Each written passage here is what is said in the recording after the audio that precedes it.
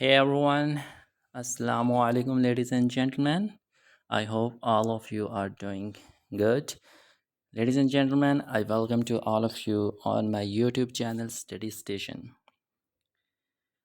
The viewers we were trying to understand one of the very important subject from BS English Language and Literature, Greek and Elizabethan drama. Here you can see the word drama. It means we will try to cover the major dramas which belong to Greek and Elizabethan age. So we already have discussed two dramas, and in this video we are going to cover our play number 3, the very important play by William Shakespeare. William Shakespeare का साहब का एक और important work हम discuss करने जा रहे हैं जिसका नाम है the winters Tale. It is another drama. जिस तरह हम पिछला एक ड्रामा डिस्कस कर चुके हैं एक दफ़ा, फिर आज हम अपनी इस वीडियो के अंदर विलियम शेक्सपियर का दूसरा ड्रामा डिस्कस करेंगे जिसका नाम है the winters Tale. So we will start this video with the short biography of the writer. तो राइटर जो हैं हमारे पास William Shakespeare, the one of the greatest dramatist of all time. सबसे पहले इनकी हालात ज़िंदगी के बारे में देख लेते हैं. है you can see the clear picture of William Shakespeare.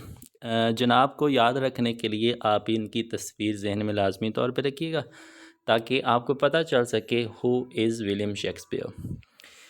So we will get start the biography from the birth. William Shakespeare साहब जो पैदा हुए थे वो रेनेसां एज के अंदर, एलिजाबेथन एज के अंदर पैदा हुए थे. मीन्स टू से ही वाज बोर्न इन 1564. 23 अप्रैल 1564 को ये इंग्लैंड के अंदर पैदा हुए थे. His father was a glove maker and his name was John Shakespeare. इनके फादर साहब ग्लव्स बनाया करते थे जिनका नाम जॉन शेक्सपियर था और इनकी मदर का नाम मैरी आर्डेन था. If we talk about his education, तो हम कह सकते हैं कि विलियम शेक्सपियर ने जो एजुकेशन हासिल की थी वो जहाँ पे पैदा हुआ था वहीं के एक स्कूल से हासिल की थी जिसका नाम था किंग्स न्यू स्कूल इन स्ट्राटफोर्ड के अंदर पैदा हुए थे. यहीं पे स्कूल था किंग्स न्यू स्कूल. तो इसी स्कूल से इन्होंने अपनी तालीम हासिल की. Let's come to his career, his professional life. Professional life के अंदर जब इन साहब ने कदम रखा तो इन्होंने अपनी प्रोफेशनल लाइफ का आगाज़ ड्रामा से किया. प्ले राइट बने, पोइट बने, एक्टर बने and he was a share holder in the globe theatre, और ग्लोब थिएटर के शेयर होल्डर भी बने. यही वो चीज़ें थी जिन्होंने इनको बुलंदी और आला रुतबे पे पहुंचाया था. अब इनकी ज़िंदगी के अंदर जो इन्होंने वर्क किए, each work is very very important. अगर आप उसको डीपली स्टडी करते हैं तो हर एक इसका जो वर्क है वो आपको बहुत इम्पोर्टेंट लगेगा. तो यहाँ पे हमारे पास एक लिस्ट है जो इन्होंने अपनी ज़िंदगी के अंदर वर्क लिखे, just like Hamlet, Macbeth, Othello, King Lear, Romeo and Juliet, a Midsummer Night's Dream, the Merchant of Venice. एक एक प्ले को जब आप पढ़ते हैं तो पिछला प्ले आपको भूल जाता है और अगला प्ले आपको उससे भी ज़्यादा अच्छा, उससे भी ज़्यादा इंटरेस्टिंग लगता है. इस तरह से इसने ये प्लेज लिखे थे, बहुत ही कमाल के. जो प्ले आप पढ़ेंगे, every play is just outstanding. बहुत ही खूबसूरत अंदाज से इसने सब प्लेज को लिखा. और इसी तरह इन्होंने पोइम्स भी लिखी. पोइम्स के अंदर जो सबसे ज़्यादा फॉर्म यूज़ की गई वो सोनेट की गई थी. सोनेट के अंदर इनको बहुत कमाल हासिल था. कितना कमाल हासिल था, let's see. He wrote 37 plays, 37 के करीब इसने प्लेज लिखे थे, ड्रामाज लिखे थे. एंड 154 सोनेट्स, और 154 सोनेट्स भी लिखे थे. Master of English literature and drama, और इसको इंग्लिश लिटरेचर और ड्रामा का उस्ताद माना जाता है, माहिर माना जाता है. His works are translated into many languages. 100 से ज़्यादा ज़ुबानों के अंदर इसके वर्क्स को ट्रांसलेट किया गया था. इतना अच्छा इसने लिखा था. His characters and stories are loved worldwide. जो भी ये करेक्टर्स यूज़ करता था अपनी स्टोरीज़ के अंदर, अपने वर्क्स के अंदर, उन तमाम करेक्टर्स को पूरी दुनिया के अंदर बहुत ज़्यादा मोहब्बत मिलती थी. इस तरह से करेक्टर्स ये इंट्रोड्यूस करवाता है. If you talk about his legacy, तो इस लेगेसी के अंदर हम बता सकते हैं कि he is known as the bard of Avon. Bard of Avon का मतलब क्या होता है? Bard means the greatest poet. किसी भी जगह का जो एक अजीम शायर होता है उसको बार्ड बोलते हैं। अजीम शायर को क्या बोलते हैं? Bard. Avon, Avon is the name of a river. ये एक दरिया का नाम था। इस दरिया के किनारे ये रहा करता था, इसलिए इसको एवन दरिया का सबसे अजीम, सबसे बड़ा शायर कहा जाता है। If you talk about his death, तो इसकी जो डेथ हुई थी, जिस मंथ में पैदा हुआ था उसी मंथ में इसकी डेथ हुई, इन 1616। जहाँ पे पैदा हुआ वहीं पे इसकी वफ़ात होती है। So this is the short biography of our writer William Shakespeare. तो अब हम आगे चीज़ें देख लेते हैं जी, आगे हमें क्या मिलता है। If talk about this play, this drama, the winters Tale, कि ये किसके बारे में है? देखें, the winters tell is a Shakespearean romance. ये एक शेक्सपियरियन रोमांस है। Shakespearean romance means it is a tragic comedy. अब शेक्सपियरियन रोमांस कह लें या आप ट्रेजिक कॉमेडी कह लें, both are the similar things. किस तरह से रोमांस क्या होता है, ट्रेजिक कॉमेडी क्या होता है, ये चीज़ मैं आपको क्लियर कर देता हूँ। It begins with the tragedy but ends with forgiveness, reunion and happiness. इस प्ले का, इस ड्रामा का जो आगाज़ होता है वो ट्रेजिडी से होता है, मसले मसाइल से होता है, खून से होता है, मौत से होता है। लेकिन एंड पे जाके जिस वजह से वो खून खराबा होता है, वो हर एक रीज़न, हर एक कॉज भुला दी जाती है और एंड पे रीयूनियन हो जाती है। हर एक चीज़ की मुआफ़ी मिल जाती है और जिस तरह से ज़िंदगी का आगाज़ किया जाता है उसी तरह इख्तिताम किया जाता है, खुशी खुशी। पहले ट्रेजिडी और एंड पे मुआफ़ी मिल जाती है, रीयूनियन हो जाती है। तो इसी तरह अगर ट्रेजिडी हो, एंड में कोई दुख खराबा हो, कोई परेशानी हो, कोई कत्लो गारत हो, एंड पे जाके वो रिज़ॉल्व हो जाए, तो वो बनती है आपकी ट्रेजिडी, ट्रेजिक कॉमेडी, और इसको हम शेक्सपियरियन रोमांस भी कहते हैं।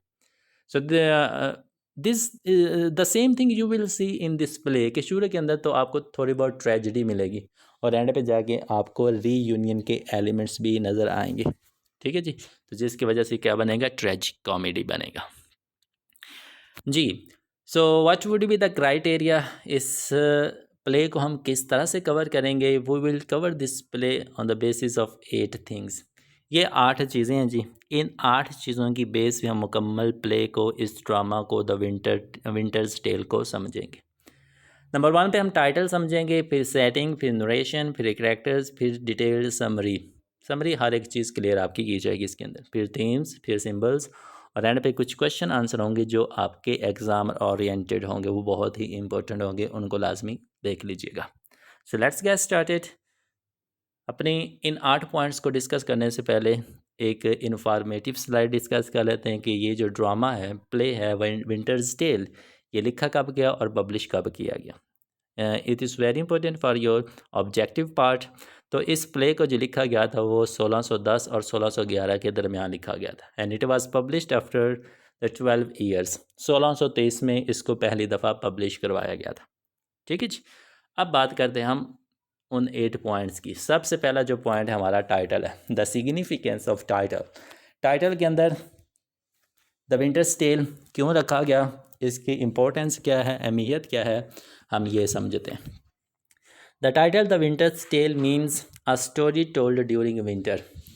अब इसके डिक्शनरी मीनिंग की तरफ जाएंगे। विंटर्स टेल का मतलब क्या होता है? तो विंटर्स टेल का मतलब होता है कि ऐसी कहानी, टेल का मतलब होता है स्टोरी, कहानी। Winter is the name of a season, कि सर्दियों के मौसम में जो आपको कहानी सुनाई जाती है उसको विंटर्स टेल कहते हैं। Usually one that is full of wonder, imagination and unusual events. ऐसी कहानी जो कि हैरत पर मबनी हो, तसव्वुराती हो और गैर मामूली वाक़यात के ऊपर वो बेस कर रही हो, तो ऐसी कहानी को हम क्या कहते हैं? टेल कहते हैं। और टेल अगर सर्दियों में सुनाई जाएगी तो वो विंटर्स टेल बनेगा।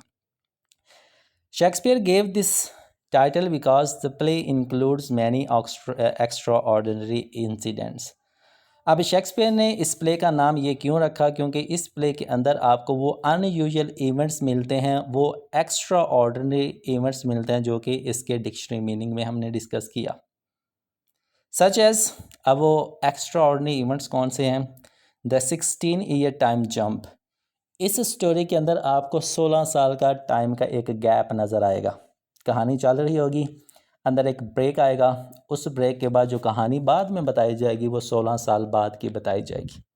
ये एक अनयूजुअल, ये एक एक्स्ट्रा ऑर्डिनरी इंसिडेंट और इवेंट है। Number 2, and Hermione's statue coming to life. तो किसी इंसान का जो रुतबा शुरू के अंदर खो जाता है वही उस इंसान को दोबारा वापस मिलता है। And this happen to the character Hermione. Hermione एक करेक्टर है, ये उसी के साथ ऐसा होता है, शुरू में रुतबा खो जाता है और एंड पे वही रुतबा उसको वापस मिलता है। तो ये भी एक अनयूजुअल इवेंट है। ठीक है जी। The title also symbolises the journey from the winter of jealousy and sadness to the spring of forgiveness. अब विंटर बेसिकली जो सिम्बलाइज करता है वो जेलसी को भी करता है और उदासी परेशानी को भी करता है। जो विंटर सीज़न है इट सिम्बलाइजेज सैडनेस, ज़िंदगी के अंदर जो दुख मिलते हैं वो उसको विंटर सिम्बलाइज करता है। और इसके साथ एक मौसम और बताया गया है स्प्रिंग। स्प्रिंग जो मौसम है वो इकट्ठ का मौसम है, इत्तेहाद का मौसम है, मुआफ़ी का मौसम है, उम्मीद का मौसम है। ठीक है जी। दस it's perfectly suits the place story, इसीलिए ये कहानी के ऊपर ये मुकम्मल तौर पे सूट करता है, जिसकी वजह से इसका नाम द विंटर्स टेल रखा गया। Well, and number 2 we have the setting. Remember one thing, there are two things which we discuss in setting. Number 1 is place and other is time. कि स्टोरी किस जगह पे होती है और स्टोरी कब होती है, ये दो चीज़ें हम सेटिंग के अंदर डिस्कस करते हैं। If we talk about the setting of this play the winters Tale, तो हम कह सकते हैं कि इसकी सेटिंग के अंदर दो चीज़ें आएंगी। Number 1 is Sicilia. Sicilia is the name of a place. Sicilia is the kingdom of king Leontes. एक बादशाह है जिसका नाम है लियोनिटीज़। लियोनिटीज़ बादशाह है और जिस जगह का ये बादशाह है, जिस किंगडम का ये बादशाह है, उसका नाम है Sicilia. The first half of the play takes place here. ठीक है जी। तो कहानी का जो पहला हिस्सा है, आधा हिस्सा मीन्स के आधी स्टोरी जो है वो इसी जगह पे होगी, सिसिलिया के अंदर। And has a serious and sad atmosphere. और इस जगह पे जो कहानी होती है वो बड़ी ही एक संजीदा टाइप की कहानी चलती है। मीन्स के जो ट्रेजिक के एलिमेंट मिलते हैं वो आपको इस फर्स्ट हाफ के अंदर सिसिलिया के अंदर मिलते हैं, because of jealousy, suspicion and tragedy. अब ये जो उदासी वाला माहौल बना होता है वो 2-3 वजह से बना होता है। Number 1 is jealousy. जेलसी की वजह से वो सैड एनवायरनमेंट बना होता है। सस्पिशन, शक की वजह से ये बना होता है। एंड ट्रेजिडी, और ट्रेजिडी की वजह से ये बना होता है। This is the first place, जो कि फर्स्ट हाफ भी इस प्लेस के अंदर हो रहा होता है। If you talk about the second place then we have Bohemia. दूसरी जो हमारे पास जगह आ जाती है वो आ जाती है Bohemia. Is the kingdom of king Polixenes. ठीक है जी। पॉलिक्सीन, इसको आपने पॉलिसीन नहीं कहना, इसको आपने पॉलिक्सीन्स बोलना है। पॉलिक्सीन्स, पॉलिक्सीन्स। ठीक है जी। दूसरी जो हमारे पास किंगडम आ जाती है वो आ जाती है बोहेमिया की। बोहेमिया एक जगह है, एक सल्तनत है, और इस सल्तनत का जो किंग है, बादशाह है, वो है Polixenes. The second half of the play takes place here. कहानी का जो दूसरा हिस्सा है, बाकी का आधा हिस्सा, वो इस जगह पे बोहेमिया के अंदर होता है। And has a cheerful peaceful atmosphere with love, festivals and hope. और इस जगह पे जो कहानी बताई जा रही होती है वो उम्मीद से भरी हुई, मोहब्बत से भरी हुई और खुश मिजाजी से भरी हुई कहानी यहाँ पे चलती है। We have two places and both places have different views. दोनों जगह एक दूसरे के मुतजाद चलती हैं। ठीक है जी। तो ये थी जी हमारी सेटिंग की first point, place. Then we have the time. अब टाइम यहाँ पे मेंशन नहीं किया हुआ कि बेसिकली कौन सा टाइम की ये कहानी है, लेकिन बात क्या की देखें। The play also includes a 16 years gap, time gap. इतना बताया गया कि इस प्ले के अंदर आपको 16 साल का एक गैप मिलेगा, which is an important part of its setting, क्योंकि जिसकी वजह से ये जो 16 साल का गैप है वो इस प्ले के इम्पोर्टेंट पार्ट है। It allows the character to change and the story to move from sorrows to happiness. और वो जो 16 साल का गैप है वही कैरेक्टर्स को मौका देता है कि आप अपनी स्टोरी को, अपनी कहानी को उदासी से खुशी की तरफ चेंज कर सकते हैं। ठीक है जी। तो ये है जी हमारा second point, setting. And number 3 we have the narration, the point of view. कहानी हम तक किस तरह से पहुंची, हु इज़ द नरेटर, कहानी कौन नरेट कर रहा है। The winters tale uses dramatic narration, third person. इस कहानी के अंदर जो नरेशन यूज़ की गई वो थर्ड पर्सन ड्रामेटिक नरेशन की गई। What does it mean, what does dramatic narration mean, ये भी मैं क्लियर कर देता हूँ। देयर इज़ नो नरेटर, जब कहानी के अंदर कोई नरेटर नहीं होता तो वो ड्रामेटिक नरेशन बनती है। The story is told through the characters, dialogues and actions, कहानी जो बताई जाती है वो करेक्टर्स, डायलॉग्स और एक्शंस के ज़रिए बताई जाती है। The character time briefly appears as a chorus to explain the 16 years gap in the play.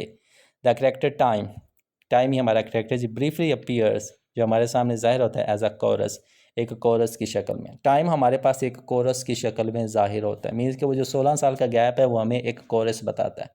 अब कोरस क्या है? कोरस लोगों का एक ग्रुप है, ग्रुप ऑफ पीपल, जो कि आके स्टोरी बताता है या गाना गाता है। गाने के अंदर एक मैसेज छुपा होता है जो कि अपकमिंग इवेंट्स के बारे में बताता जाता है। अपकमिंग इवेंट्स के बारे में अगर एक गाने के थ्रू आपको जो बताता है वो कोरस होता है, ग्रुप ऑफ सिंगर्स। ये थी जी हमारी नरेशन। Then the very important characters को ध्यान से सुनिएगा, because there are too many characters in the play. इस प्ले के अंदर आपको बहुत से करेक्टर्स मिलेंगे। Here you can see the major characters.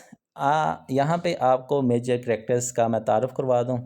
Major characters में जो सबसे पहले आपके पास आएगा वो आएगा लियोनिटीज़। सबसे जो बड़ा करेक्टर है, हीरो है, वो आपको मिलेगा Leontes, the king of Sicilia and the protagonist of the play. Sicilia का जो बादशाह है वो है लियोनिटीज़, और इस प्ले का जो हीरो है, प्रोटैगनिस्ट है, वो भी यही बंदा है, लियोनिटीज़। His unfounded jealousy leads to the tragedy in the first half। कहानी का जो पहला हिस्सा है उसके अंदर ये बहुत जेलस होता है, और वही उसकी जो जेलसी होती है वो ट्रेजिडी को क्रिएट करती है। ठीक है जी। लेकिन इसकी जो ये जो जेलसी होती है वो अनफाउंडेड होती है, पता नहीं चलता कि why is he doing all these things, but he later repents and seeks forgiveness. लेकिन 16 साल के गैप जो आता है उसके बाद हमें दिखाया गया कि जो प्रोटैगनिस्ट है लियोनिटीज़, ये अपनी उस जेलसी की वजह से बहुत पछता रहा होता है, and he was seeking for the help for the forgiveness. और अब ये मुआफ़ी चाहता है, जो कुछ भी इसने किया दूसरों के साथ किया उसकी ये मुआफ़ी मांगना चाहता है। So this is all about the first character. And number 2 we have the Hermione. दूसरे नंबर पे हमारे पास जो कैरेक्टर है वो है हरमाइनी, क्वीन ऑफ सिसिलिया। अब पीछे किंग का जिक्र किया, नंबर 2 पे हमारे पास क्वीन है, definitely she would be the wife. Hermione जो है वो लियोनिटीज़ की वाइफ है। She is the queen of Sicilia and the wife of Leontes. Sicilia की मलका है और लियोनिटीज़ की बीवी है। शी इज़ वर्चुअस, बहुत ही नेक, इनोसेंट, बहुत ही मासूम एंड पेशेंट, और सब्र रखने वाली ये खातून है। ये जो आपको क्वीन नज़र आ रही है बहुत ही खूबसूरत, बहुत ही शानदार और गुड नेचर की ये औरत है। She suffers greatly but remains noble and composed. ये अपनी ज़िंदगी के अंदर बहुत दुख, दर्द, तकलीफ़ें सहती है, लेकिन उसके बावजूद भी ये सब्र का दामन नहीं छोड़ती, बिल्कुल मुतमिन रहती है, बिल्कुल काम नेचर इसकी होती है, और हर एक चीज़ बड़े ही सब्र और ठंडे मिजाज से ये फॉलो करती है। This is all about the character number 2 Hermione. At number 3 we have Polixenes. तीसरे नंबर पे आ जाता है जी हमारे पास पॉलिक्सीन्स। पॉलिक्सीन्स कौन है जी? The king of Bohemia and the Leontes childhood friend. एक दूसरी स्टेट है हमारे पास बोहेमिया। बोहेमिया का जो किंग है वो है पॉलिक्सीन्स। पॉलिक्सीन्स बोहेमिया का बादशाह है, और बादशाह होने के साथ साथ हमारा जो प्रोटैगनिस्ट है लियोनिटीज़, ये उसका बचपन का दोस्त भी है। ही इज़ काइंड, बहुत ही रहमदिल है, रीज़नेबल एंड फॉरगिविंग। एक रीज़नेबल करेक्टर है जी, और मुआफ़ करने वाला भी किरदार है। He plays an important role in the reconciliation at the end. Reconciliation जो होती है वो बेसिकली इस करेक्टर की बेस पे ही होती है। इस कहानी के अंदर बहुत अहम किरदार होता है। एंड पे जो यूनिटी ज़ाहिर की जाती है उसके अंदर ये एक अहम रोल प्ले करता है। And number 4 you have Perdita. चौथे नंबर पे जो हमारे पास करेक्टर आ जाता है इम्पोर्टेंट, वो है परडिटा। ये कौन है जी? इसके बारे में देखें। Daughter of Leontes and Hermione. Hermione और लियोनिटीज़ जो किंग और क्वीन है, उनकी जो बेटी है उसका नाम है परडिटा। यह जी उनकी बेटी। The lost princess of Sicilia, lost princess, गुम हुई हुई, खोई हुई बेटी, खोई हुई शहज़ादी। सिसिलिया की ये शहज़ादी है जी, और सिसिलिया के अंदर ये गुम हो जाती। गुम किस तरह से होती है ये मैं कहानी के अंदर आपको बताऊंगा। बेसिकली इसका फादर इसको एक्सेप्ट नहीं करता और अपने एक दोस्त को कहता है कि इसको यहाँ से दूर ले जाओ और कहीं वीराने मिल जाके ना इसको मार दो। तो ये एक लॉस्ट प्रिंसेस है। She is abandoned as a baby and raised by shepherds. ये जला वतन कर दी जाती है जी, अपनी सल्तनत से निकाल दी जाती है जब पैदा होती है। जब निकाल दी जाती है तो इसकी जो हिफाजत करता है, परवरिश करता है, वो एक शेफर्ड करता है। She grows up to be a kind, pure and graceful. जैसे जैसे ये बड़ी होती है इसके अंदर जो सारी नेचर पाई जाती है वो इसकी माँ की पाई जाती है। शी इज़ प्योर, लॉयल भी है, प्योर भी है, काइंड भी है और ग्रेसफुल भी है जी। नंबर 4 वाली character Perdita. And number 5 we have the Florizel. 5वें नंबर पे हमारे पास जो आ जाता है वो आ जाता है फ्लोरिसेल, प्रिंस ऑफ बोहेमिया। बोहेमिया का जो बादशाह था पॉलिक्सिन्स, उसका एक बेटा है फ्लोरिजेल, और फ्लोरिजेल बोहेमिया का शहज़ादा है। The son of Polixenes, he falls in love with Perdita. Perdita से ये मोहब्बत करना शुरू कर देता। जब से उसको पहली दफ़ा देखता है, he had fallen in love with Perdita and remains loyal and sincere. जब से उससे मोहब्बत करता है ये उससे बड़ा ही मुखलिस, लॉयल, सिंसियर रहता है। ही इज़ ब्रेव, बहादुर है, काइंड, मेहरबान है, एंड रोमांटिक, और थोड़ा बहुत रोमानवी टाइप का बंदा है। यह जी हमारा 5वां character. And number 6 we have Paulina. Paulina कौन है जी? Noble women of Sicilia. Sicilia की एक बहुत ही खिदमत गुजार, नेक और पाक औरत है जिसका नाम है Paulina. A loyal and courageous noble women, एक लॉयल, गैरतमंद और एक हिम्मत वाली खातून है जी Paulina. She speaks the truth, सच्चा बोलती है, हमेशा सच बोलती है, फियरलेसली, बगैर किसी खौफ के। कहानी के अंदर बगैर किसी खौफ, बगैर किसी डर के ये हमेशा सच बोलती है। डिफेंड्स हरमाइनी, हरमाइनी का दिफा करती है। जब हरमाइनी के ऊपर इल्ज़ाम लगाया जाता है, हरमाइनी के ऊपर चार्ज किया जाता है, तो ये उसको डिफेंड करती है, उसका साथ देती है। And works hard to bring about reconciliation, तो वो जो एक इकट्ठ होना होता है तो उसके लिए बड़ी ज़्यादा मेहनत करती है एंड पे। At number 7 we have Camillo. नंबर 7 पे हमारे पास आ जाता है जी कैमिलो। कैमिलो कौन है? Lord and servant. ये एक हाई रुतबे वाला, एक आला स्टेटस वाला बंदा है जी। कहाँ पे देखें, a faithful and honest lord, he serves both Leontes and Polixenes. ये एक लॉर्ड है जी। अब ट्विस्ट यहाँ पे ये है कि ये दोनों सल्तनत के जो दोनों किंग्स हैं, पॉलिंटीज और पॉलिक्सिन्स, ये दोनों की खिदमत करता है। किस तरह खिदमत करता है स्टोरी के अंदर हर एक चीज़ क्लियर हो जाएगी। Wisely and helps in many important situation in the play, उनकी खिदमत भी बड़े अच्छे तरीके से करता है और प्ले के अंदर जो इवेंट्स चल रहे होते हैं उनको भी बड़े अच्छे तरीके से डील कर रहा होता है Camillo. And number 8 we have Autolycus. Number 8 पे हमारे पास है जी ऑटोलिकस। ऑटोलिकस कौन है? A clown and rock. ये एक क्लाउन भी है और ये एक रॉक भी है। क्लाउन क्या होता है? क्लाउन कहते हैं मसखरे को, एक जोकर जो लोगों को हंसाता है उसको क्लाउन कहते हैं। रोग, रोग कहते हैं बदमाश टाइप का, जिसकी बदमाश टाइप की नेचर होगी उसको रोग बोलेंगे। और ये कौन है? Autolycus. A clever and witty rogue, he provides comic relief in the second half and is known for his humour, tricks and quick thinking. इसका जो किरदार आपको देखने को मिलता है वो सेकेंड हाफ के अंदर मिलता है, और इसकी जो नेचर है वो आपको पता चली गई, हंसाने वाली है, ट्रिक्स खेलने वाली। ये थे जी हमारे major characters. Now come to the minor characters. Characters ज़्यादा हो रहे हैं, आप ये कहेंगे कितने क्यों बता रहे हैं? बेसिकली करेक्टर सारे डिस्कस करने का सिर्फ एक ही मकसद होता है, because when you discuss the summary, detailed summary, तो उसके अंदर कुछ करेक्टर्स ऐसे होते हैं जिनका जिक्र नहीं हो पाता क्योंकि उनका रोल बड़ा ही माइनर सा होता है। तो आप ये कहते हैं कि करेक्टर्स तो आप डिस्कस कर लेते हैं, स्टोरी के अंदर तो वो आया ही नहीं। तो करेक्टर्स इसलिए डिस्कस किए जाते थे अगर स्टोरी के अंदर वो ना भी आए तब भी आपको उनके रोल का पता हो कि इन्होंने रोल कौन सा परफॉर्म किया हुआ है। ये एक रीज़न है जी। जी अब बात कर लेते हैं जी माइनर करेक्टर्स की। माइनर करेक्टर्स में हमारे पास है जी एंटिगनस। एंटिगनस है जी हमारे पास, he is lord husband of Paulina. ये भी एक आला रुतबे वाला बंदा है एंटिगनस। और ये आपको जो एक कर्जियस लेडी बताई थी पॉलिना, ये उसका हस्बैंड है। He is Paulina's husband. He is sent to abandon the baby Perdita in the wilderness. अब ये बात बड़ी ही इम्पोर्टेंट है। क्या बात है जी? देखिए, पॉलिना के ये हस्बैंड है और इसी की ड्यूटी लगाई जाती है, जो किंग है लियोन्टीज़, वो इसी की ड्यूटी लगाता है कि जो मेरी बेटी पैदा हुई है इसको ले जाओ और इसको कहीं पे छोड़ आओ। तो ये उसको ले जाता है विल्डरनेस की तरफ। विल्डरनेस कहते हैं सहरा, बियाबान, जहाँ पे कोई चरिंद परिंद नहीं होता, वहाँ पे उसको छोड़ आता है। But is chased and killed by a bear. जब वापस आ रहा होता है या इसका पीछा जो होता है ना, वो एक बियर करता है, रीच करता है और इसको कत्ल कर देता है, इसको मार देता है। तो ये ट्रेजिडी इसके साथ भी होती है।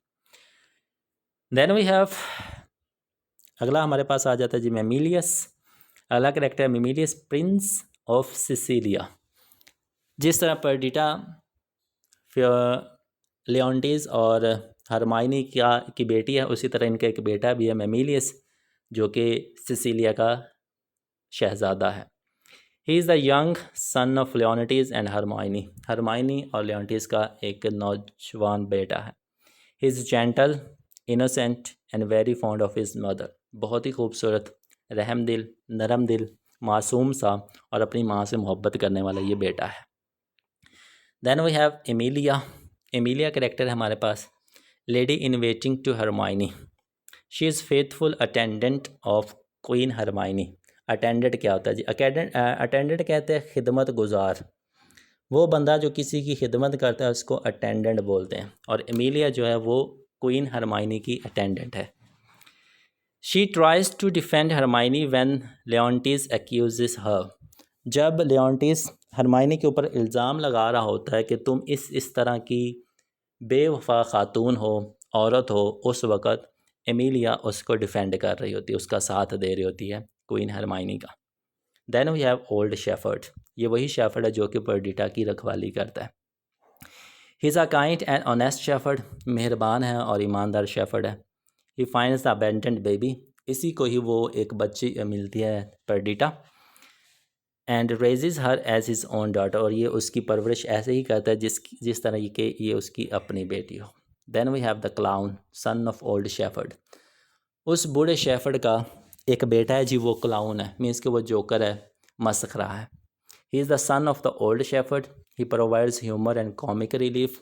ड्रामे के अंदर ये मजाक वगैरह करता रहता है, with his funny and clever remarks, क्योंकि ये बहुत ही ज़हीन और फतीन होता है। फिर बच्चे हमारे पास आ जाता है जी आर्किडिमस। अगला करेक्टर हमारे पास आ जाता है आर्किडिमस। ये कौन है जी? Lord Bohemia. जिस तरह सिसिलिया के अंदर लॉर्ड्स हैं, इसी तरह बोहेमिया के अंदर भी लॉर्ड्स हैं। तो ये बोहेमिया का is one of the lord Archidamus.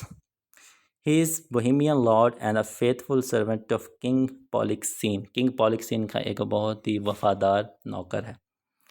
He supports the royal family and their decisions. शाही फैमिली के जितने भी डिसीजन होते हैं उनको फॉलो करता है, उनकी रिस्पेक्ट भी करता है। Then we have Dion. अगला करेक्टर हमारे पास आ जाता है जी Dion. He is the lord at Sicilia. Sicilia के अंदर एक और लॉर्ड है जिसका नाम है Dion. He is a Sicilian lord and a loyal subject of king Leontes. King Leontes का एक लॉयल सब्जेक्ट है जिसमें उसका एक वफादार साथी है। He stands by the king during difficult time. King Leontes के ऊपर जितना भी मुश्किल वक़्त आता है, हर वक़्त के अंदर डियॉन उसका साथ देता है। Then we have the Cleomenes. Cleomenes is another lord at Sicilia. He is sent by Leontes to consult the oracle of Apollo. अब ये बहुत इंपॉर्टेंट बात है जी। जब किंग लियोनिटीज़ को पता चलता है कि इसकी जो वाइफ है वो माँ बनने वाली है, और वो जो माँ बनने वाली है वो इसका बच्चा नहीं है, इसको अपनी वाइफ के ऊपर शक होता है। तो ये अपने इस लॉर्ड को, क्लियोमिनीस को, भेजता है अपोलो के पास, ऑरिकल ऑफ अपोलो। ये दो वर्ड्स आप यूज़ कर सकते हैं, ऑरिकल ऑफ अपोलो और ऑरिकल ऑफ डेल्फी, दोनों ही ठीक है। अब मैं ये आपको समझा देता हूँ, ऑरिकल ऑफ अपोलो क्या होती है, ऑरिकल ऑफ डेल्फी क्या होती है। डेल्फी के स्पेलिंग आपने लिखना DELPHI, डेल्फी। ग्रीक के अंदर, यूनान के अंदर जो लोग हैं वो बिलीव रखते हैं अपने अपने गॉड्स के ऊपर। अब यूनानियों का जो बिलीव है वो ये है कि अगर वो एक पहाड़ पे जाते हैं जो कि ऑरिकल ऑफ डेल्फी के नाम से मशहूर है, वहाँ का जो खुदा है वो है अपोलो, मीन्स कि वो अपोलो को अपना गॉड समझते हैं। उस टेंपल के ऊपर, उस पहाड़ के ऊपर या उस डेल्फी के ऊपर देयर आर सम प्रीस्टेस, कुछ ना मजहबी खातून वहाँ पे होती हैं, मजहबी ख़वातीन वहाँ पे होती है, प्रीस्टेस जिनको कहा गया। लोग वहाँ पे जाते हैं, अगर उनको किसी सवाल का जवाब नहीं मिल रहा या वो फ्यूचर की प्रेडिक्शन करना चाहते हैं तो वो इस ऑरेकल ऑफ डेल्फी या ऑरेकल ऑफ अपोलो के पास जाते हैं, अपना सवाल रखते हैं, अपनी परेशानी रखते हैं और वहाँ से इनको एक जवाब मिलता है। जो इनको जवाब मिलता है वो ये समझता है कि यही हकीकत है, यही सच है। ठीक है जी। तो ये है जी oracle of Apollo, oracle of Delphi. Then we have the time, the chorus. 16 साल का जो गैप आता है वो हमें कॉरस बताता है। कॉरस में आपको बता चुका हूँ, ग्रुप ऑफ सिंगर्स होता है जो आगे वाली प्रेडिक्शन बताते हैं। ठीक है जी। तो ये है जी हमारे माइनर कैरेक्टर्स। थोड़ी सी कैरेक्टर्स के बारे में डिटेल काफ़ी ज़्यादा होगी, तो ये इंपॉर्टेंट थे इसलिए इनको डिस्कस किया। देन जी very important, the summary. Summary सिर्फ समरी ही नहीं होती, मैं आपको बार बार कहता रहता, इसके अंदर आपकी हर एक चीज़ क्लियर होती है, तो ध्यान से चीज़ों को सुना करें जी। समरी के अंदर क्या बात की गई है, अब अपने नोटबुक से रजिस्टर्ड पेन वगैरह निकाल लीजिए, क्योंकि यहाँ से असल पॉइंट शुरू होने वाले हैं, इंपॉर्टेंट चीज़ें साथ साथ लिखते जाएगा जी। तो कहानी का आगाज़ किस तरह से होता है, देखिए मैं आपको थोड़ी सी पहले चीज़ समझा देता हूँ। आपको बताया कि देयर आर 2 किंगडम्स, एक जो हमारे पास वो है जी सिसिलिया, दूसरी हमारे पास बोहेमिया। बोहेमिया का जो बादशाह है वो है पॉलिक्सीन्स, और सिसिलिया का जो बादशाह वो है लियोनिटीस। बोहेमिया का जो बादशाह है पॉलिक्सीन, वो अपने दोस्त से मिलने आया हुआ है सिसिलिया। पॉलिक्सीन और लियोनिटीस बचपन के दोस्त हैं, इसलिए जो पॉलिक्सीन है वो अपने दोस्त लियोनिटीस से मिलने के लिए उसकी सल्तनत सिसिलिया के अंदर आया हुआ है। तो कहानी वहाँ से शुरू होती है। अब इसको यहाँ आए हुए काफ़ी देर हो चुकी है, तो क्या कहा गया है, king Leontes of Sicilia begs his childhood friend king Polixenes of Bohemia to extend his visit to Sicilia. अब जो किंग पॉलिक्सीन है वो वापस अपनी सल्तनत जाना चाहता है, क्योंकि उसको काफ़ी देर हो चुकी है। तो जो लियोनिटीज़ है वो उससे दरख्वास्त करता है, वो उसकी रिक्वेस्ट करता है कि वो चंद दिन और वहाँ पे रुक जाए, क्योंकि उनका अच्छा वक्त गुजर रहा था, इसलिए वो चाहता है कि थोड़ी देर के लिए और पॉलिक्सीन वहाँ पे रुक जाए। Polixenes protest that he has been away from his kingdom for 9 months. अब 9 मंथ्स यहाँ पे बड़ा ही इम्पोर्टेंट है, बहुत ज़्यादा इम्पोर्टेंट है। जो शक शुरू होगा, जो ट्रेजिडी शुरू होगी, वो यहाँ 9 मंथ से ही शुरू होगी। 9 मंथ को आप अच्छी तरीके से जानते हैं क्यों इम्पोर्टेंट है, फिर भी मैं आपको बाद में बता देता हूँ क्यों इम्पोर्टेंट है।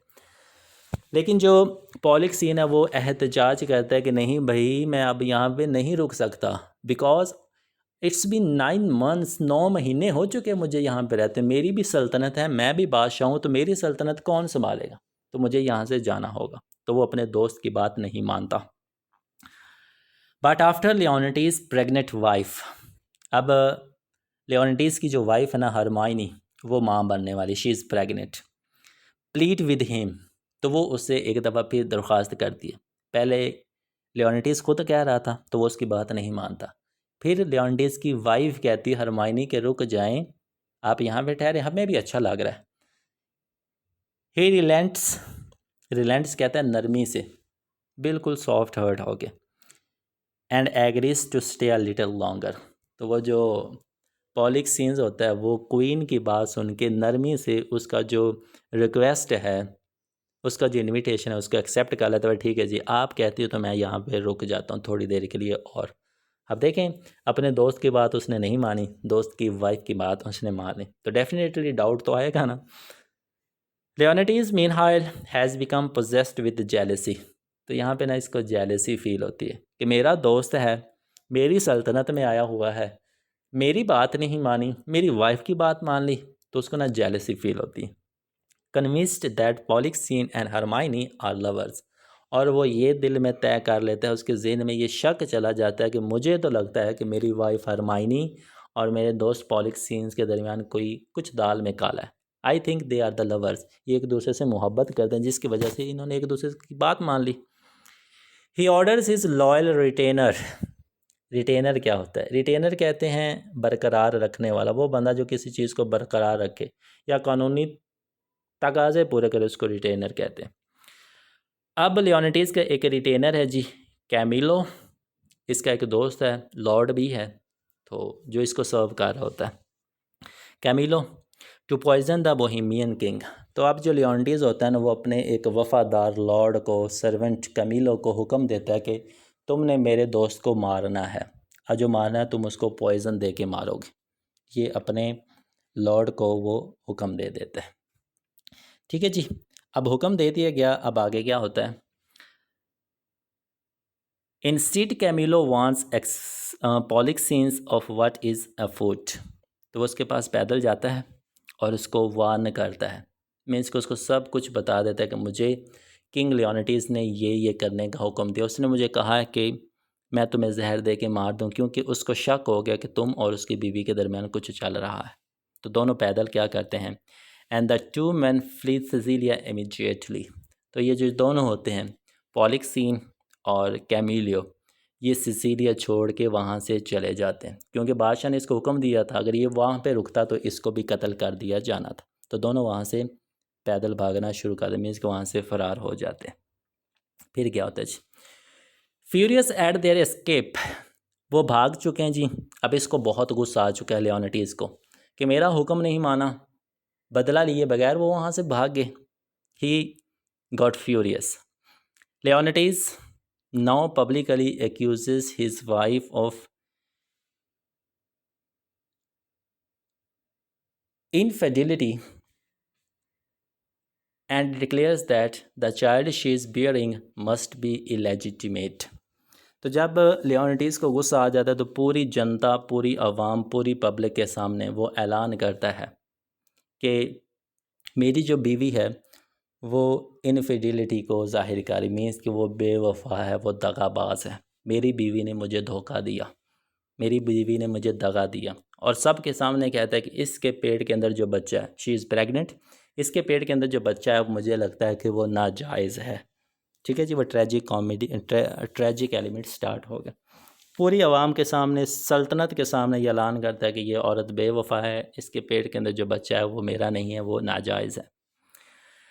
Despite the protest of his nobles, इसके जो मजहबी लोग होते हैं, मीन्स के बड़े बड़े लोग, ओहदेदार, स्टेटस वाले, वो इसको मना करते हैं कि यू आर डूइंग रॉन्ग, गलत कर रहे हो आप, इस तरह किसी पे इल्ज़ाम नहीं लगाते, उसको रोकते भी हैं।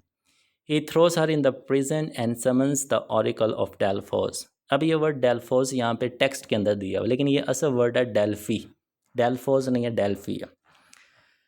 अपने नोबल्स के रोकने के बावजूद भी जो किंग लियोनिडास होता है वो अपनी वाइफ हरमाइनी को जेल में बंद कर देता है और अपने बंदों को भेजता है कि जाओ ऑरिकल ऑफ डेल्फी के ऊपर और क्या करो, for what he is sure will be confirmation of his suspicion, कि जिन जिन चीज़ों के ऊपर मुझे शक है उनका पता लगाओ कि मेरा शक ठीक है कि नहीं है। इसलिए कहाँ पे जाना है, oracle of Apollo, oracle of Delphi के लिए वहाँ पे जाओ।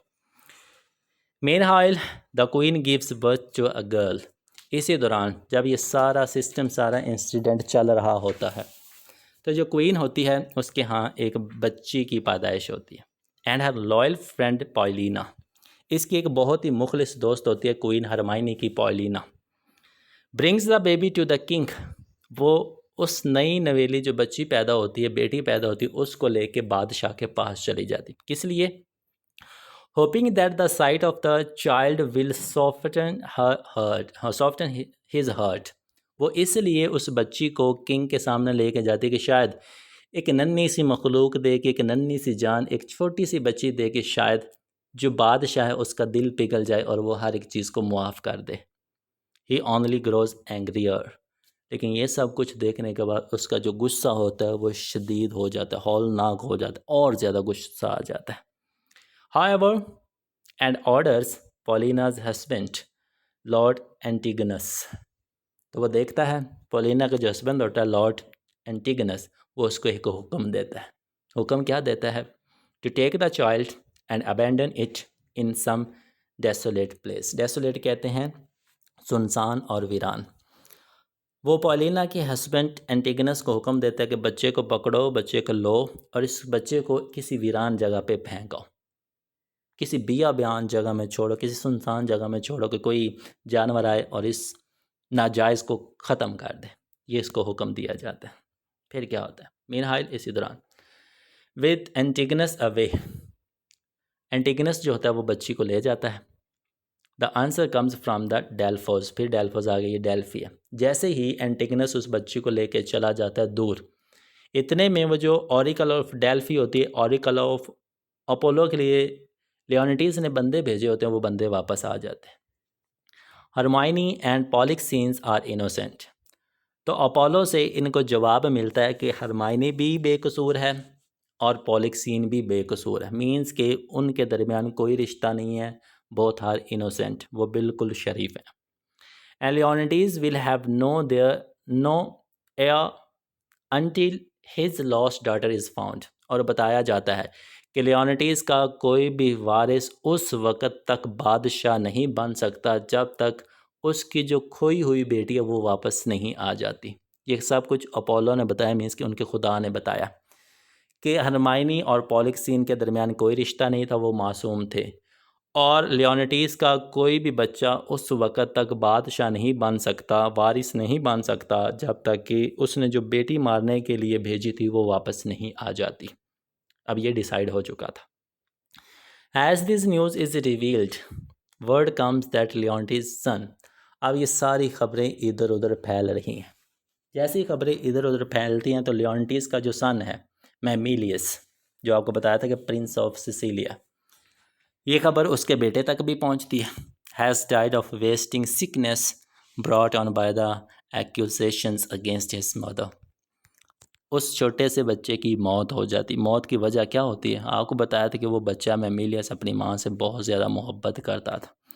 उसकी माँ के ऊपर इल्ज़ाम लगाए गए थे, उसकी माँ को गद्दार कहा गया, उसकी माँ को दगाबाज धोखेबाज कहा गया। तो ये सारे इल्ज़ामात वो बच्चा सह नहीं पाता और इसी इल्ज़ामात के अंदर ही अंदर वो मर जाता है। हरमाइनी दूसरी तरफ जो हरमाइनी होती, मीनहाइल falls in a स्वून। Falls in अ स्वून का मतलब होता है बेहोश हो जाती है। ये सब सुनने के बाद, अपने बेटे की मौत का सुनने के बाद, सब कुछ सुनने के बाद, बेटी को भेज दिएगा, बेटा मर गया, ये हो गया, वो हो गया, ये सब सुनने के बाद शी बिकम्स स्वून, बेहोश हो जाती है। And is carried away by Paulina, और पॉलिना उसको किसी सेफ जगह पे ले जाती। वो subsequently reports the queen's death, और वो बताती है कि जो क्वीन हरमाइनी है उसकी मौत हो चुकी है। अब ये पॉइंट भी आप जहन में रखिएगा, एंड पे ये चीज़ भी क्लियर हो जाएगी। पॉलिना उसको ले जाती है और वो डिक्लेयर करती है कि हरमाइनी मर चुकी है। To her heartbroken a repentant husband, और ये जो ख़बर दी जाती है वो उदास और पछतावे से मारे हुए खामंद लियोनिटीज़ को दी जाती है कि उसका बेटा भी मर गया, बेटी भी यहाँ से चली गई और उसकी जो वाइफ है हरमाइनी वो भी मर चुकी है। एंटिगनस दूसरी तरफ जो वो एंटिगनस होता है, वो जो बच्ची को लेके गया होता है दूर फेंकने के लिए। मीनाल अबैंडन्स द बेबी, वो बच्ची को किसी वीरान जगह पे छोड़ आता है। On the Bohemian coast, Bohemian जो कोस्ट शोर होता है ना, मीन्स कि दूसरी जो सल्तनत होती है उसके इलाके में कहीं छोड़ आता है। Reporting that Hermione appear to him in a dream and bade him name the girl Perdita, और उसको एक ख्वाब आता है कि मेरी बेटी का नाम तुमने पर्डिटा रखना है। तो उस लड़की का नाम जिसको वो छोड़ के आया तो उसका नाम पर्डिटा रखता है। And leave gold and other tokens on her person, और उसके पास कुछ सोना चांदी वगैरह भी रखा आता है। Shortly thereafter Antigonus is killed by bear, जब वो वापसी आ रहा होता है, जब रास्ते में होता है तो रास्ते के जंगल बियाबान के अंदर उसका सामना होता है एक रीछ के साथ, बियर के साथ। तो जो बियर होता है उसको मार देता है। And Perdita is raised by a kindly shepherd, और जो पर्डिटा की परवरिश करता है उसको एक शेफर्ड उठा लेता है और शेफर्ड उसकी परवरिश करता है। So here we have the first half. यहाँ पे कहानी का पहला जो हिस्सा वो मुकम्मल हो जाता है, जो कि सारा का सारा सिसिलिया के अंदर हो रहा होता है। अब पहले पार्ट के बाद आता है जी शिफ्ट ऑफ टाइम, 16 साल का गैप आता है। अब दूसरा जो पार्ट शुरू होगा वो 16 साल के बाद शुरू होगा। And what is that, let's see. 16 years pass, 16 साल गुजर चुके हैं। And the son of Polixenes, Polixenes का जो बेटा है प्रिंस फ्लोरिजेल, शहज़ादा Florizel, falls in love with Perdita, वो पर्डिटा से मोहब्बत कर बैठता है क्योंकि पर्डिटा बहुत खूबसूरत है। पर्डिटा 16 साल की हो चुकी है। बोहेमिया का जो शहज़ादा फ्लोरिजेल वो उसकी मोहब्बत में गिरफ़्तार हो चुका है। His father and Camillo, his father कौन है जी, पॉलिक्सीन, और Camillo attend a sheep shearing. Sheep shearing क्या होता है? शीप शेयरिंग एक इवेंट होता है जी बोहेमिया के अंदर जब भेड़ बकरियों की ऊन उतारी जाती है, खाल उतारी जाती है, कट की जाती है, तो इस मौका पर बोहेमिया के लोग एक फेस्टिवल मनाते हैं, एक त्यौहार मनाते हैं। तो शीप शेयरिंग का जी एक त्यौहार चल रहा है। वहाँ पे कौन आता है? पॉलिक्सीन आते हैं और उसका एक साथी कैमिलो ही आता है जो वो सिसिलिया से इधर आए थे। इन डिस्गाइज, डिस्गाइज कहते हैं जी भेस बदल के, मीन्स के वो किंग था, वो एक रॉयल या फिर लॉर्ड था, तो वो अपना कॉस्ट्यूम वगैरह बदल लेते, मीन्स के आम लोग बन जाते, डिस्गाइज कर लेते। And watch as Florizel and Perdita are betrothed. ये वर्ड थोड़ा सा डिफरेंट, इसको आपने पढ़ना है बिटरूटेड। बिटरूटेड, बिटरूटेड का मतलब होता है एंगेजमेंट करना, मंगनी करना। ये दोनों भेस बदल के आते हैं और देखते हैं कि जो फ्लोरिज़ल है और पर्डिटा है ये दोनों मंगनी कर रहे हैं, एंगेजमेंट कर रहे हैं। Then tearing off the disguise, Polixenes, Polixenes अपना लिबास बदलता है, मीन्स के जो उसने भेस बदला होता है वो अपना उतारता है और दिखाता है कि मैं किंग ही हूँ। इंटरवीन्स, इंटरवीन्स का मतलब होता है मुदाखलत करना। वो दोनों मंगनी कर रहे हैं, मंगनी में मुदाखलत कौन करता है? पॉलिक्सीन करता है। And order his son to see the shepherd, never see the shepherd's daughter again, और अपने बेटे फ्लोरिज़ल को हुक्म देता है कि आज के बाद तुमने इस चरवाहे, इस शाफर की बेटी को ज़िंदगी में कभी भी नहीं देखना। वो एक चरवाहे की बेटी है, वो एक शेफर्ड की बेटी है। यू आर द प्रिंस, तो तुम्हारा मुकाबला आपस में नहीं हो सकता, तो तुम इसके साथ मुझे अब नज़र नहीं आना। However with the aid of Camillo, अब उसको हुक्म दे दिया गया, तो जो कैमिलो होता है वो यहाँ पे फ्लोरिज़ल की मदद करता है, एड करता है। Who longs to see his native land again, क्योंकि कैमिलो होता है वो, उसकी जो नेटिव लैंड होती है वो सिसिलिया ही होती है, वो वापस जाना चाह रहा होता है। तो उसको एक प्लान आता है, तो वो प्लान क्या होता है कि वो फ्लोरिज़ल की मदद करता है। Florizel and Perdita set sail for Sicilia after using the cloth of a local rock, तो ये दोनों को भगा देता है समंदरी सफ़र, मीन्स के बहरी जहाज़ के ऊपर इनको बिठा देता है कि तुम सिसिलिया चले जाओ, सिसिलिया ये जगह तुम्हारे लिए ठीक नहीं, क्योंकि तुम्हारे फादर ने तुम्हें मना कर दिया। अब इनको जब वो भगाने लगता है बहरी जहाज़ के ऊपर, तो उनका कॉस्ट्यूम वगैरह चेंज कर देता है, उनके कपड़े चेंज कर देता है, कपड़े जो पहनते हैं वो रॉग के पहनते हैं, रॉग बदमाश टाइप के जो कैरेक्टर्स आपको पीछे बताए थे, ये उनके कपड़े चेंज करते हैं। आर्टोकिलस, आर्टोकिलस के वो कपड़े पहनते हैं एज अ डिस्गाइज, भेस बदल के। They are joined in their voyage by the shepherd and his son, जब वो समंदरी सफ़र कर रहे होते हैं तो पर्डिटा का जो सौतेला बाप है शेफर्ड और उसका जो बेटा है वो भी उनके साथ सफ़र करना शुरू कर देते हैं। अक्लाउन, वो शेफर्ड के बेटे का नाम है clown, clown, who are directed there by आर्टोकिलस, और इनको शेफर्ड को और क्लॉन को कौन बताता है? आर्टोकिलस बताता है कि तुम्हारी बेटी और फ्लोरिज़ल भाग के जा रहे हैं, तो ये भी उनके साथ आ जाते हैं। In Sicilia Leontes still in mourning after all this time, 16 साल बीत चुके हैं जी, 16 साल बीतने के बावजूद भी सिसिलिया का जो बादशाह लियोनिटीज अभी तक वो गम में है, मातम मना रहा है, दुख मना रहा है जो कुछ भी उसने किया। Greets the son of his old friend affectionately, तो जब उसको पता चलता है कि उसका जो जिगरी यार है, बचपन का दोस्त पॉलिक्सीन, उसका बेटा आ चुका है फ्लोरिज़ल उसकी सल्तनत में, तो वो उसका इस्तकबाल करता है। इसलिए इस्तकबाल करता है कि शायद जो उसने 16 साल पहले गलती की थी, इल्ज़ाम लगाया था, शायद उसकी थोड़ी बहुत तलाफ़ी हो जाए, शायद उसको मुआफ़ी मिल जाए, इसलिए वो अपने दोस्त के बेटे का वालिहाना इस्तकबाल करता है। Florizel pretends to be an diplomatic mission, लेकिन जो फ्लोरिज़ल होता है वो झूठ बोलता है कि हम यहाँ पे किस लिए हैं। वो बताता है कि I am on the diplomatic mission. Diplomatic mission basically क्या होता है वो समझ लीजिए। डिप्लोमेटिक मिशन एक ऐसा सफ़र होता है जहाँ पे एक मुल्क के, एक सल्तनत के बंदे दूसरे मुल्क जाते हैं अमन के लिए, मोहब्बत के लिए, दोस्ती के लिए, वो एक डिप्लोमेटिक मिशन होता है। तो ये बताता है कि मैं डिप्लोमेटिक मिशन के लिए आया फ्राम हिज फादर, और मुझे किसने भेजा? मेरे बाप ने भेजा। But his cover is blown when Polixenes and Camillo too arrive in Sicilia, लेकिन जल्द ही वो जो झूठ बोल रहा होता है, नकाब का झूठ बोल रहा होता है, वो सारा का सारा अक्स सामने आ जाता है। कब आता है? जब पॉलिक्सीन खुद सिसिलिया आ जाता है, किसके साथ? कैमिलो के साथ। What happens next is told us by the gentleman of the Sicilian court. अब इसके बाद क्या होता है वो एक कोरस के ज़रिए बताया जाता है, वो जेंटलमैन के ज़रिए बताया जाता है। The shepherd tells everyone his story of how Perdita was found. और इसके बाद जो शेफर्ड होता है वो सारी की सारी कहानी सब लोगों के सामने बता देता है कि असल में पर्डिटा उसको किस तरह से मिली थी। And Leontes realises that she is his daughter. अब यहाँ पे लियोन्टीज को पता चलता है कि पर्डिटा असल में जो है वो उसकी अपनी ही बेटी है, जिसको उसने शुरू में हुक्म दिया था अबेंडन करने का। Which leads to a general rejoicing. अब यहाँ पे एक रिजॉइसिंग होगी, मीन्स के दोबारा मिलाप हो गया। ठीक है जी। अब लास्ट चीज़ क्या आ जाती है देखें। The entire company then goes to Paulina's house in the country. सारे लोग मिल के अब पॉलिना के हाउस में जाते क्योंकि वहाँ पे हरमाइनी का पुतला बन रहा होता है। Where a statue of Hermione has been recently finished. Paulina के घर में हरमाइनी का स्टैच्यू बन रहा होता है, ढांचा बना होता है, सब लोग उसको देखने के लिए जाते हैं। The sight of his wife's form makes Leontes distraught. Distraught का मतलब होता है परेशान करना। तो जब वो अपनी वाइफ हरमाइनी को देखता है तो परेशान हो जाता है कि मैंने इसके साथ कितना बड़ा गुनाह, कितनी बड़ी गलती की थी। बट देन फिर क्या होता है, टू एवरी वंस अमेजमेंट, हर एक बंदे को वो चीज़ हैरान कर देती जो होने वाली।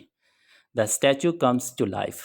वो जो स्टैचू बना होता है ना, उसके अंदर ज़िंदगी आ जाती, उसके अंदर जान आ जाती। It is Hermione.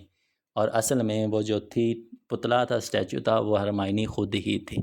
Restore to life, उसके अंदर ज़िंदगी आ चुकी थी, उसके अंदर जान आ चुकी थी। एज द प्ले एंड्स, जैसे ये ड्रामा ख़त्म होता है, Paulina and Camillo are engaged. Paulina और कैमिलो जो होते हैं इनकी भी मंगनी हो जाती है। And the whole company celebrates the miracle. Miracle कहते हैं मौजज़े, और जिस तरह से ये सारे मौजज़े हुए ना, हर एक बंदा उसको खुशी खुशी सेलिब्रेट करता है। So this is all about the summary. ये है जी समरी। उम्मीद करता हूँ कि आपको समझ आ गई होगी। तो अब हम इसका मॉरल लेसन देख लें। लेकिन लेडीज़ एंड जेंटलमैन, अगर आपको चीज़ें पसंद आ रही हैं, अच्छी लग रही हैं, समझ आ रही है, तो काइंडली मेरे यूट्यूब चैनल को मेहरबानी करके सब्सक्राइब लाजमी तौर पे कर दीजिएगा जी। तो ये सब कुछ पढ़ने के बाद हमें इखलाकी सबक क्या मिलता है वो देखें। The moral of the winters tell is that jealousy leads to suffering. कि जब आप किसी से हसद रखते हैं, जेलस होते हैं, तो ये चीज़ आपको तकलीफ़ों के अंदर ले जाती है। वाई रिपेंटेंस, और जब आप तौबा कर लेते हैं, मुआफ़ी मांगते हैं। And love lead to redemption and happiness, तो वो आपको चीज़ नजात की तरफ ले जाती।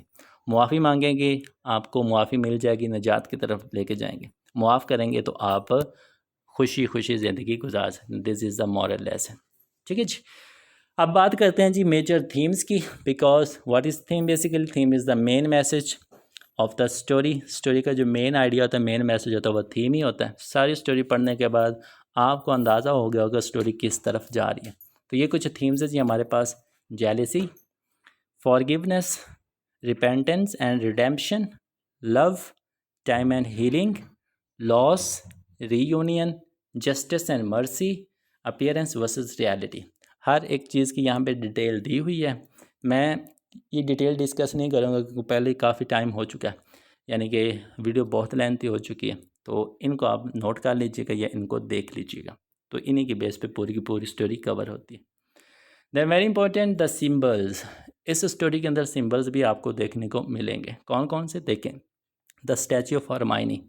हरमाइनी का जो स्टैचू वो किस चीज़ को सिम्बलाइज करता है देखें। Symbolises forgiveness, hope, resurrection and redemption. Hermione का जो स्टैचू है वो मुआफ़ी का, दोबारा ज़िंदगी मिलने का, दोबारा चांस मिलने का सिंबल है।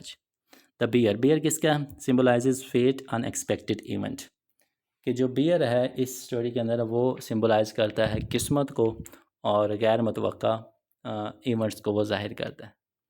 फ्लावर्स का जिक्र जी यहाँ पे नहीं मिला तो वो आप ना कीजिएगा। टाइम, 16 साल का जो गैप आता है वो भी आपके एक सिंबल है। ऑरिकल ऑफ अपोलो, ये बहुत इंपॉर्टेंट, जिसको लाजमी देख लीजिएगा। द सी, जिस मंदिर के अंदर वो सफ़र करते हैं, ये भी इसका एक सिंबल है। ठीक है जी। Last but not least, very important जी for your exam point of view. Exam point of view के हिसाब से ये आपके सामने 10 क्वेश्चन हैं जी, बहुत इंपॉर्टेंट है। इनको लाजमी तौर पे स्क्रीनशॉट ले लीजिएगा, नोट कर लीजिएगा और गो थ्रू लाजमी तौर पे कर लीजिएगा, क्योंकि एग्ज़ाम के अंदर ये आपके लिए बहुत ही बेनिफिशियल होंगे जी। Ladies and gentleman, this was our third drama the winters tale by William Shakespeare. अब आपको पता चल गया होगा कि विलियम शेक्सपियर कितना बड़ा ड्रामाटिस्ट था इस वीडियो के ज़रिए। तो इंशाल्लाह आपसे फिर मुलाकात होगी नेक्स्ट वीडियो के अंदर। तब तक के लिए दुआओं में याद रखिएगा।